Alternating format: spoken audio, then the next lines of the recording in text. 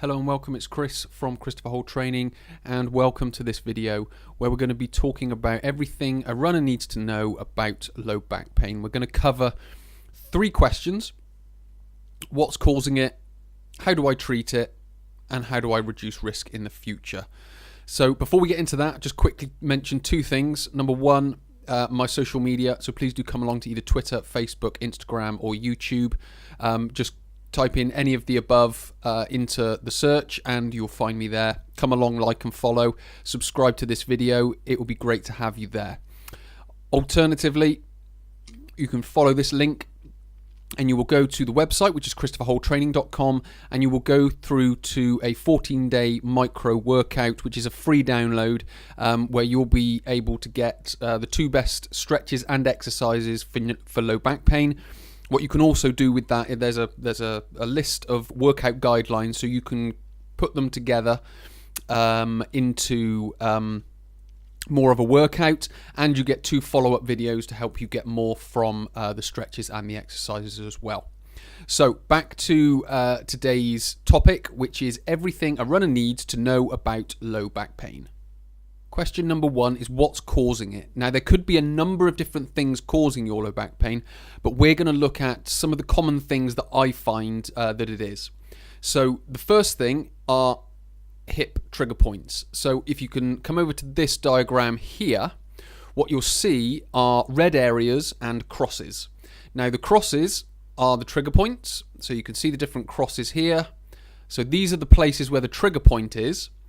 And the red spots are where the pain is experienced. So if you're getting pain in this sort of area, then it's the trigger point in this position here. If you're getting pain down the back of your leg, it could be these 3 trigger points here. If you're getting pain down the side of your leg, it could be these trigger points here. But the 2 for the back are this one and this one. So if you're experiencing pain at the small of your back, you want to be exploring at the side of the hip towards the front. Now, why are hip trigger points manifesting themselves? Where are they coming from? Well, it could be coming from hip and or spine instability.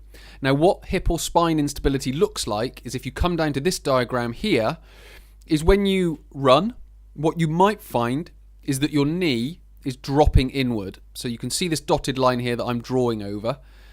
It's sort of your knees collapsing inwards. What we're looking for is the knee to stay in line. So you've got a straight line from your hip through your knee down to your ankle. And on the other extreme is where it goes out to the side. But what we're going to focus on is this one here. So what we want to try and prevent is this knee collapsing inwards, and we want to try and manage it and maintain it in this position. The final thing, which is in some ways where these 2 things can manifest themselves from, is frequency, intensity and duration. So what you might find is you're running 3 times a week, and then because you've set a goal to run a marathon or run a half marathon or whatever it might be, you've set a new goal that you haven't done before, and you increase how many times you run per week. Now, that progression can increase the load on the ankle, the knee, the hip, and then eventually the lower back. It could be the same with intensity. It could be that, again, you've set a new goal and you want to run the same distance, so a 10k, a half marathon, a marathon, but in a faster time. So you're starting to run a little bit harder and a little bit faster. So you're building up your intensity. Now again, that can put extra stress on the ankle, knee and hip, and eventually it could manifest itself in the lower back. And then finally, duration. So you might just be going out for hour runs, coming home. But again, you've set a new goal to run half marathon, and it's meaning that you have to run for a longer duration. So again, that's going to increase the stress, increase the load, which again can manifest itself in the lower back. Now, these trigger points here manifest themselves due to increased stress, increased fatigue, increased load. So what can be happening is just a simple case of your increase or your progression is either done too fast, too soon, or it's just too much, too fast, too soon. So all it's then a case of is understanding what's causing your low back pain. So do you get it during the race? Do you get it during the run? Do you get it after the run?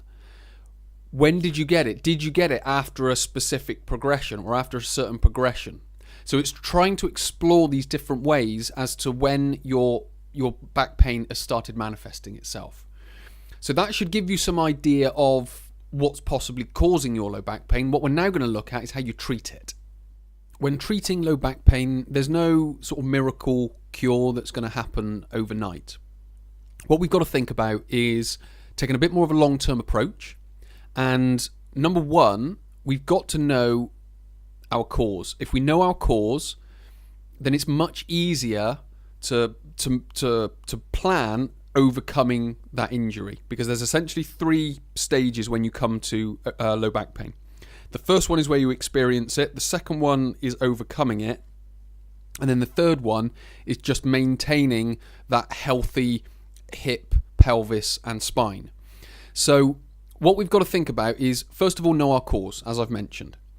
Now, if it's frequency, intensity, and duration, so if you can understand and know that it was when you increased the amount of days that you were running, then it's very simple. You just reduce it back to where it was, and then you go back into foam rolling, stretching, and what is essentially it's exercise / movement.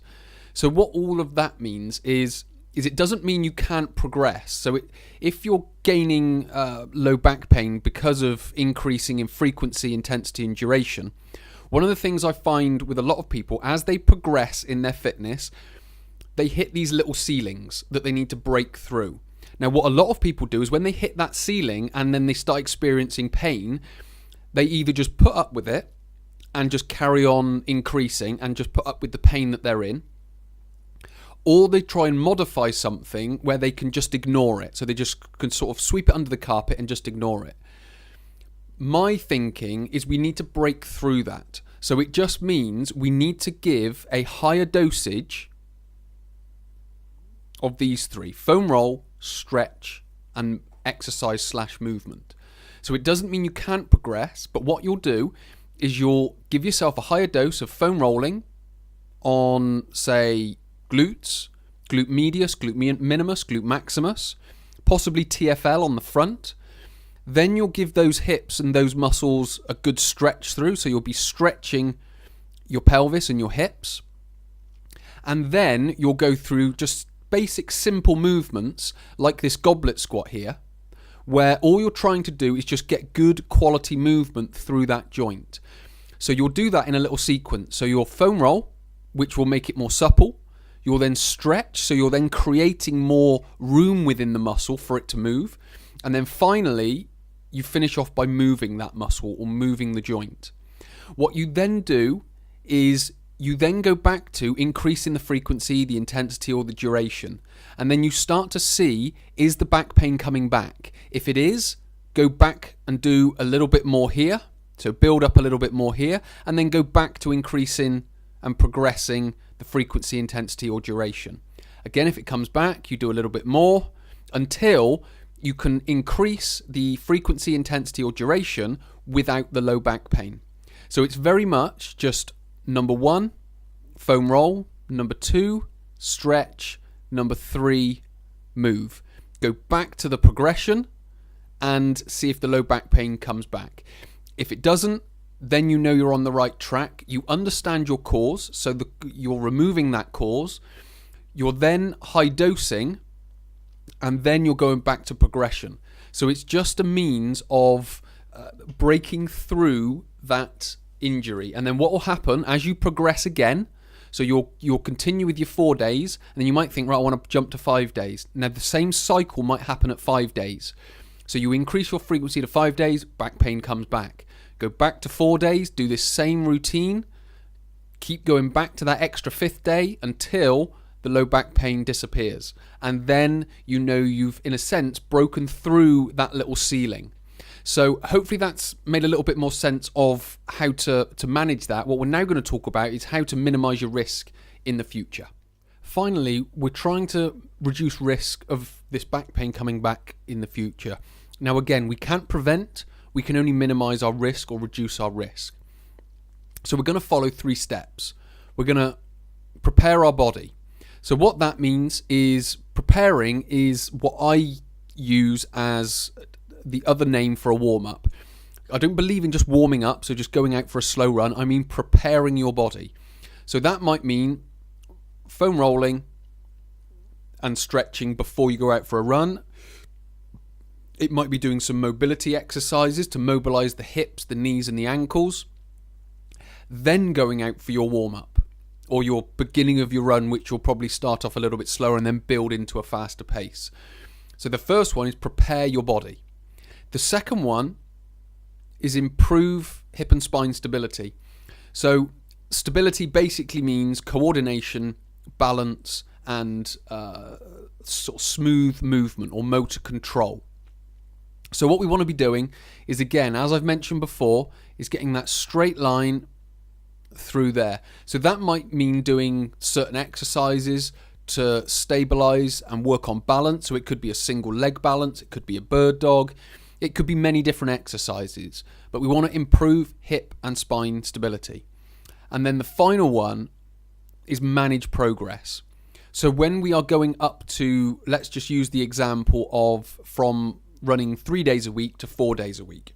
Now, if your 3 runs currently are 1 hour long, if you're bringing in a 4th run and you do 1 hour and you get back pain, it might be that you just need to start off with 20 minutes. So you kind of do 3 days and a third. So you do 3 hour workout or 3 1 hour workouts and then 1 20-minute workout. Do the 20 minutes, not with the idea of it to be a certain distance or a certain speed. Just, can you complete it without getting your back pain? If you can, then the next week you might go up to 40 minutes. So that's 3 1 hours and 2/3. And then the following week, as long as there's no back pain, you'll go up to the 4 1 hours. So it's just being a little bit more intelligent with your training, a little bit more logical with it, and just understanding, as I've mentioned before, know the cause of your injury, and then just manage that progress all the way through. In between runs, again, you want to be foam rolling, you want to be stretching, you want to be keeping your joints mobile and supple. Because when we start to not stretch, not foam roll, and not prepare our body, that's when the problems start to happen. It's very rarely an injury that happens from one specific moment. Normally, it's just what I would describe as a repetitive strain injury. It's not necessarily one that's in physio books or medical books, but it's just a case of all these small things happening and the straw eventually breaks the camel's back. So that's how we've got to think about lower back pain, certainly as we're running, because there's a lot of impact going through the ankle, the knee, the hip. And if they aren't working properly, it'll work its way all the way up into the lower back. So if we can get the ankle, knee and hip working better, then we can start to reduce the risk of problems in the lower back in the future. So hopefully this has been helpful. Hopefully it's given you some insights into how to overcome low back pain. Just before I leave, just quickly want to re-mention social media. Please do come along, like and follow. It'd be great to have you there. And come to the website, download the free 14-day micro workout. These 2 stretches and 2 exercises will help with your lower back pain, and it will help you as a runner as well. If you've found anything interesting in this video, please do comment below. If you've learned anything, please do comment below. If you have any questions, please do comment below. So many thanks for watching. My name is Chris from Christopher Hole Training. I'll speak to you in next week's tutorial.